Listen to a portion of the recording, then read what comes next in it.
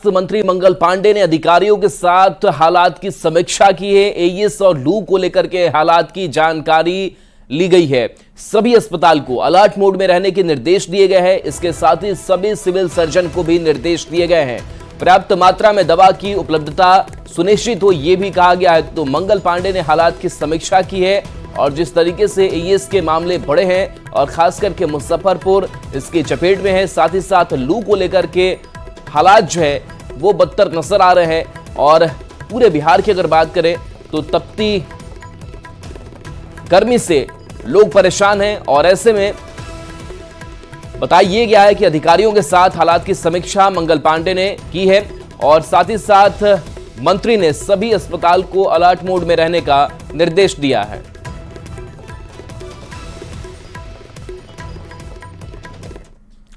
अब देखिए, जान लेते हैं कि कहां कितना तापमान है, किस तरीके की जो स्थिति है वो बनी हुई है और लोग कैसे गर्मी से हलकान नजर आ रहे हैं। तो एक बार फिर से उस की तस्वीर दिखाते हैं अलग अलग जिलों की। पटना की अगर बात करें तो 43 डिग्री सेंटीग्रेड यहां पर जो तापमान है वो नजर आता है। पटना के बाद से 44 डिग्री जो है वो सिवान में तापमान दर्ज किया गया है और तापमान आरा की अगर बात करें तो 44 डिग्री सेल्सियस जो है वो दर्ज किया गया है। इसके साथ साथ बाकी अन्य जिलों की बात करें, दरभंगा में 39 डिग्री तापमान दर्ज किया गया है। उसके बाद से समस्तीपुर में 40 डिग्री और मधुबनी में 39 डिग्री तापमान जो है वो दर्ज किया गया। तो ये हाल जो है वो अलग अलग शहरों का नजर आता है कि किस तरीके से लोग गर्मी से परेशान है। इसके साथ किशनगंज, पूर्णिया, कटिहार की अगर बात करें तो 39 डिग्री, पूर्णिया में 34 डिग्री, तो कटिहार में भी जो है वो तापमान बढ़ा हुआ है। गया की अगर बात करें तो गया सबसे गर्म भी माना जाता है, 44 डिग्री सेल्सियस यहाँ पर है। नवादा की भी वही स्थिति है। इसके साथ साथ बेगूसराय में 41 डिग्री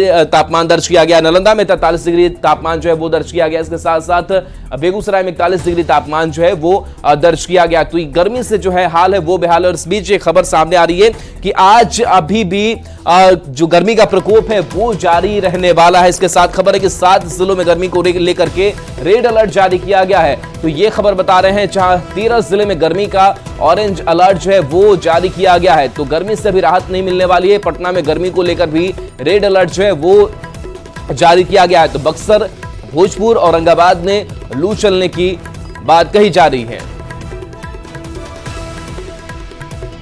तो बिहार में 15 जून तक भीषण गर्मी और लू से राहत नहीं मिलेगी। मौसम विभाग ने 14 जिले में अलर्ट जारी किया है। पटना में कोचिंग संस्थान भी बंद कर दिए गए हैं। वहीं अरवल के धिवई गांव में लू लगने से रिटायर्ड शिक्षक गंगा सिंह की मौत हो गई।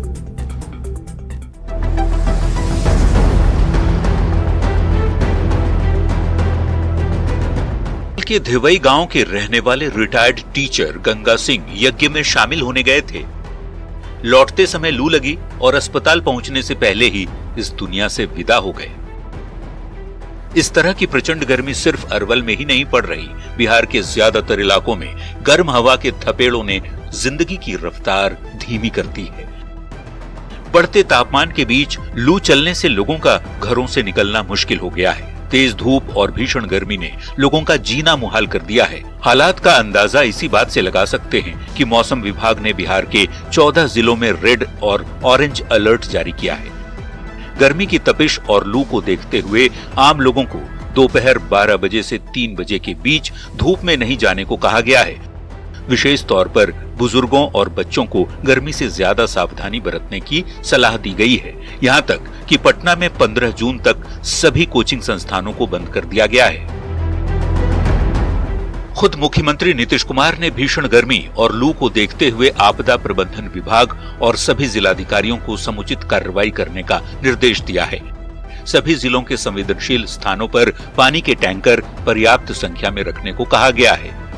उचित सावधानी बरतने की सलाह देते हुए माइकिंग की भी व्यवस्था सुनिश्चित करने का निर्देश दिया गया है। सभी प्राथमिक स्वास्थ्य केंद्रों सहित अनुमंडल और सदर अस्पतालों में जरूरी स्वास्थ्य सुविधाओं और जरूरी दवाओं की पर्याप्त उपलब्धता तय करने को भी कहा गया है। गांव हो या शहर, सभी जगहों पर निर्बाध रूप से पावर सप्लाई देने को कहा गया है ताकि लोगों को भीषण गर्मी से राहत मिल सके।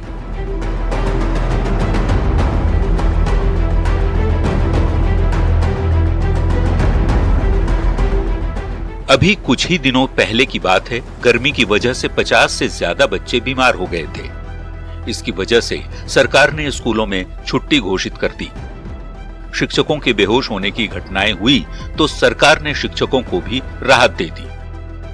फिलहाल 15 जून तक बिहार में गर्मी से राहत की कोई उम्मीद नहीं दिख रही। ऐसे में सरकार की जारी एडवाइजरी का पालन करें, बिना वजह दोपहर में घर से ना निकलें और अपना बेहद ख्याल रखें। पटना से न्यूज 18 के लिए रवि एस नारायण के साथ ब्यूरो रिपोर्ट।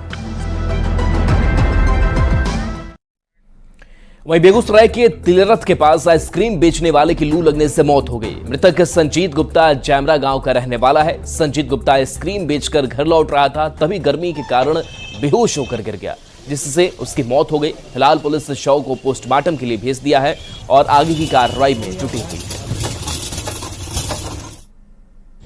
स्टेशन पर से आ रहे थे, उधर से बर्फ बेचते हुए आ रहे थे। एक तो स्कूल है, स्कूल के बगल में गिर गया। गिरने के बाद कुछ देर रोड में उस जगह पड़ा हुआ रह गया, कुछ पूछा नहीं किया। और गिरने के बाद जाकर हम लोग को खबर मिला था। हम लोग 4 बजे के लगभग मालूम हुआ था। हम लोग गए थे 4 बजे, वहाँ से आए, डॉक्टर के पास ले गए। डॉक्टर बोला जो ठीक है। और छपरा से इस बीच बड़ी खबर है, जहां धौरी गोपाल में पुलिस टीम पर हमला हुआ गया है। 21 की जांच में पुलिस पहुंची हुई थी। हमले में 2 पुलिसकर्मी जख्मी बताए जा रहे हैं। मसरख थाना क्षेत्र की यह घटना है, पुलिस ने मामला दर्ज कर लिया है। तो छपरा से बड़ी खबर बता रहे हैं, जहां पुलिस टीम पर हमला हुआ है। बताया जा रहा है कि धौरी गोपाल में 21 में जांच करने पुलिस की टीम पहुंची थी और इस टीम पर हमला किया गया। हमले में 2 पुलिसकर्मी जख्मी बताए जा रहे हैं। मशरक थाना क्षेत्र की ये घटना सामने आई है। पुलिस ने मामला दर्ज किया है और कार्रवाई में जुटी हुई है। कुवैत की घटना पर प्रधानमंत्री नरेंद्र मोदी ने समीक्षा बैठक की है। पीएम ने रिव्यू मीटिंग में पूरे हालात को जाना और इस घटना पर दुख व्यक्त किया। पीएम मोदी ने मृतक के परिवारों के प्रति संवेदना व्यक्त की और घायलों के शीघ्र स्वस्थ होने की कामना की है। प्रधानमंत्री राहत कोष से मृतक भारतीय नागरिकों के परिवारों को 2 लाख रुपए की सहायता राशि देने की घोषणा की गई है। दरअसल कुवैत की एक इमारत में आग लगने से 49 लोगों की मौत हो गई और 30 अन्य घायल हो गए। मरने वालों में 41 भारतीय शामिल है। बुधवार की सुबह मंगाब शहर में 6 मंजिला इमारत की रसोई में आग लगी। इमारत में बड़ी संख्या में कर्मचारी रहते थे। कई लोगों को बचा भी लिया गया, लेकिन कई मौतें धुएं की वजह से दम घुटने से हो गई।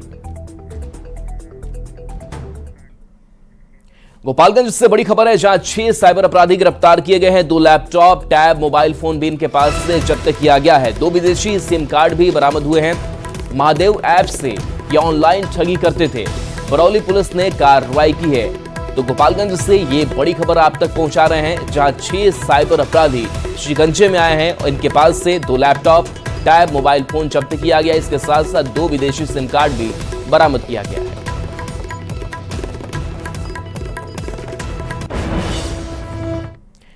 बड़ी खबर बगा से, जहां पंचायती के दौरान फायरिंग हुई है, जिसमें समीर अंसारी नाम के व्यक्ति को 2 गोली लगी है। घायल को इलाज के लिए जीएमसीएच में भर्ती कराया गया है। बताया जा रहा है कि जमीन विवाद में पंचायती के दौरान बेतिया से आए समीर अंसारी को 2 गोली मार दी गई। घायल को पहले अनुमंडलीय अस्पताल ले जाया गया, जहां से उन्हें प्राथमिक उपचार के बाद बेतिया जीएमसीएच में इलाज के लिए भर्ती कराया गया है, जहां उनकी हालत गंभीर बनी हुई है। किसने मारा है गोली? जुबैर आलम और झुन्ना मियां। क्या मामला क्या है? मामला हमको बुलाया था लोग पंचायती के लिए और धोखा से। कहाँ के रहने वाले हैं आप? बेतिया। क्या नाम पड़ेगा? समीर। अच्छा, किसी का पंचायती था? जमीन का। गोली कांड बताया जा रहा है कि का मरीज है। हाँ, मुझे जानकारी मिली है। On duty doctor Sanjay Gupta पास देखे हुए हैं और वो तो पेशेंट खुद यहाँ पर आया हुआ था।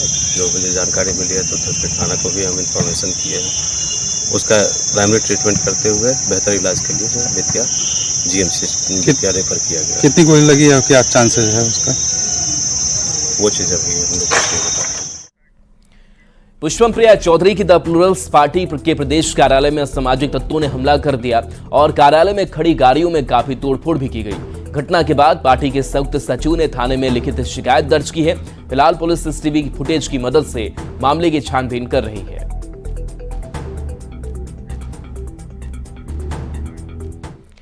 गया में पूर्व वार्ड पार्षद को गोली मारने मामले का पुलिस ने खुलासा कर दिया है। जेल में बंद सोनू कुरैशी ने अपने 4 साथियों को हत्या की सुपारी दी थी और गया जेल में हत्या को लेकर प्लानिंग बनाई गई थी। 7 जून को सिविल कोर्ट से हाजिरी देकर लौट रहे मोहम्मद परवेज पर बाइक सवार अपराधियों ने फायरिंग की थी, जिसमें वो घायल हो गया था। सीसीटीवी फुटेज के आधार पर पुलिस ने गोलीबारी में शामिल 2 आरोपी आदित्य कुमार और सागर कुमार को धर दबोचा है, जबकि 2 आरोपी अभी भी फरार हैं।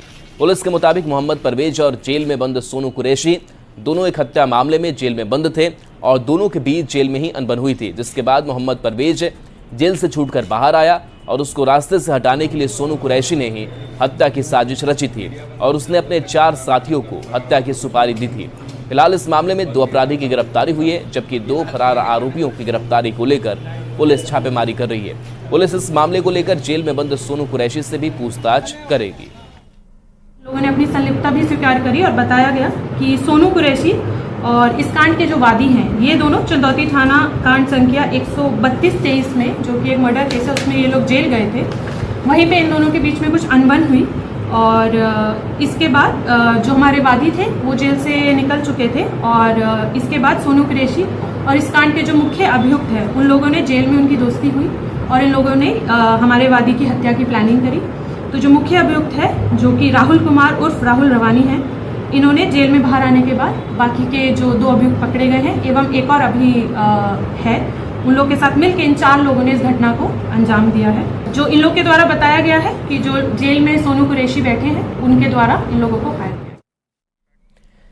आरा के बनास नदी के पास हथियारबंद बदमाशों ने एक युवक को गोली मारकर जख्मी कर दिया। घायल युवक अपने जीजा के साथ एसबीआई बैंक से पैसा निकालकर सीएसपी के अंदर जा रहा था, तभी पैसे लूटने की नीयत से अपराधियों ने 3 बाइक सवार बदमाशों ने बाइक को रोककर युवक को गोली मारी और पैसे से भरा बैग लेकर फरार हो गए। फिलहाल पुलिस मामले की छानबीन में जुटी हुई है। मेरा जीजा का सीएसपी है कुटाहा में। हम लोग पेरों से कैश लेके निकले थे। उसके बाद बाइक वाले को मैंने पेरों से ही देख लिया था कि हम लोग के बाइक मतलब साथ में कोई, हमने ओवरटेक किया ताकि वो 40-50 पे था, हमने 60 के ओवरटेक से किया था ताकि हमारे पास कैश था। लेकिन उन लोगों के पास राइडर गाड़ी थी, वो आगे जाके हम लोगों के साथ आ गए। कितना कैश था आपके पास? हम लोग के पास 2.5 लाख के करीब कैश था, ताकि बैंक में बांटना होता है सीएसपी को। कहाँ लगा है जी? पेट में यहाँ लगा है। अरे हम लोग आ रहे थे उधर, रास्ते में बाइक वाला आया, धक्का दिया, कॉलर पकड़ लिया, धक्का दिया, हम लोग खाई में गिर गए। गिरे तो हमारा जेब में 50,000 का 500 का वो गड्डी था। वो हम लगा कि हमको तो उस वक्त देखे भी नहीं, जब बाहर निकले तो वहाँ से धक्का मुक्की हुआ, फायरिंग करने लगा लोग। कैसे कैसे हम बचे, इधर उधर दौड़ते दौड़ते, कोई रोड से नीचे आदमी नहीं दिख रहा था। छीना झपटी बैग एने से ओने बैग फट गया। पटना में शिक्षा विभाग और विश्वविद्यालयों की बैठक हुई। शिक्षा मंत्री सुनील कुमार और शिक्षा विभाग के सीएस डॉक्टर एस सिद्धार्थ की अध्यक्षता में बैठक हुई। 5 महीने बाद हुई बैठक में सभी वीसी और रजिस्ट्रार मौजूद रहे। बैठक में एकेडमिक सत्र, वित्तीय व्यवस्था, परीक्षा और परिणाम से जुड़े मुद्दे पर चर्चा हुई। कई मुद्दों पर विश्वविद्यालयों के साथ शिक्षा विभाग ने भी अपना पक्ष रखा। शिक्षा की गुणवत्ता और विश्वविद्यालयों से बेहतर तालमेल को लेकर किए गए कई फैसले लिए गए। सभी 13 विश्वविद्यालयों के खातों के संचालन पर लगी रोक हटा ली गई है और इसे अनलॉक करने का निर्देश दे दिया गया है। शिक्षा विभाग ने खाता संचालन को लेकर आदेश पत्र जारी कर दिया है। इसके साथ ही सभी विश्वविद्यालयों के स्थगित वेतन को भी चालू करने का आदेश दे दिया गया है। इससे पहले शिक्षा विभाग के अपर मुख्य सचिव के पाठक ने सभी विश्वविद्यालयों के खातों के संचालक पर रोक जो रखी थी, जिसकी वजह से बीते 5 महीनों से इन खाते से किसी प्रकार के लेन देन नहीं हो पा रहे थे। शिक्षा विभाग और विश्वविद्यालयों के साथ हुई बैठक के बाद शिक्षा मंत्री सुनील कुमार ने कहा कि अब विश्वविद्यालयों से शिक्षा विभाग का किसी भी प्रकार का कोई तकरार नहीं है। इसी महीने 4 महीने के वेतन और पेंशन की राशि जारी होगी। साथ ही ऑडिट रिपोर्ट में सभी विश्वविद्यालयों को पारदर्शिता बरतने के भी निर्देश दिए गए हैं। अच्छे वातावरण में बैठक संपन्न हुई और कुछ निर्णय भी लिए गए और हम लोगों का कहना था, हमारा कहना था, माननीय मुख्यमंत्री जी भी यही चाहते हैं कि जो पढ़ाई हो जो यूनिवर्सिटीज़ में वो स्टूडेंट सेंट्रिक हो, छात्र को केंद्र बिंदु रख करके उसके फायदे के लिए बनाया जाए और यूनिवर्सिटीज़ सेंटर्स ऑफ एक्सीलेंस हों और इसके लिए हमें जो भी संसाधन देना पड़ेगा हम उपलब्ध कराएंगे। एक 3 वाइस चांसलर्स की कमेटी भी बनाई गई है। अलग अलग 13 यूनिवर्सिटीज़ के लिए हम लोगों ने नोडल ऑफिसर्स भी अपॉइंट करेंगे हम लोग, जो कि यूनिवर्सिटीज़ और डिपार्टमेंट के बीच में सेतु का काम करेंगे। अब माननीय मुख्यमंत्री ने विशेष ध्यान दिया है शिक्षा विभाग पर, और 45 करोड़ का जो पैसे दिए जाते हैं यूनिवर्सिटीज़ को, उनको फाइनेंशियल डिसिप्लिन मेंटेन करना है, ऑडिट कराना होगा, और धीरे धीरे जो सामर्थ्य पोर्टल है उस पर पारदर्शिता के साथ सारी उनके रिपोर्ट्स लगाने होंगे। जब हमारा मकसद है कि हम यूनिवर्सिटीज़ के पढ़ाई में फैसिलिटेटर का रूप काम करें, लेकिन साथ ही साथ एक उसके सुपरविजन की भी आवश्यकता है।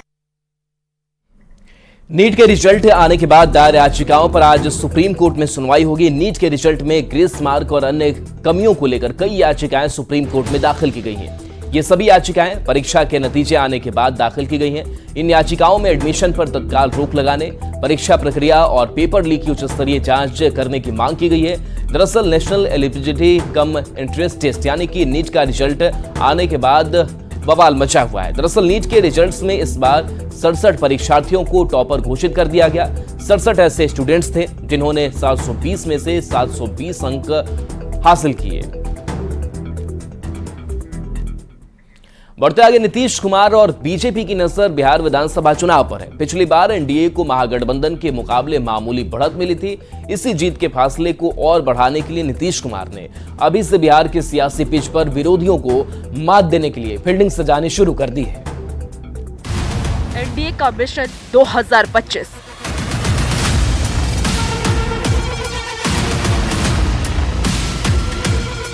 (2024) का सियासी महायुद्ध खत्म होने के बाद एनडीए के तमाम नेता अब बिहार के राजनीतिक अखाड़े में कूद गए हैं।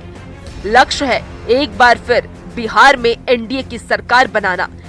इसके लिए बीजेपी और जेडीयू ने अभी से बिहार के पॉलिटिक्स पिच पर अपने खिलाड़ियों को उतार दिया है, ताकि 2025 के रन में विरोधियों को सियासी मात दी जा सके।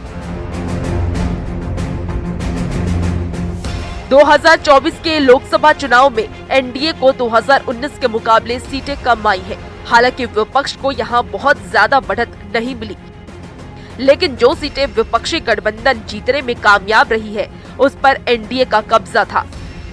यही वजह है कि नीतीश कुमार ने अभी से अपने मंत्रियों को अलग अलग जिलों का प्रभारी बनाकर सियासी समीकरण साधना शुरू कर दिया है।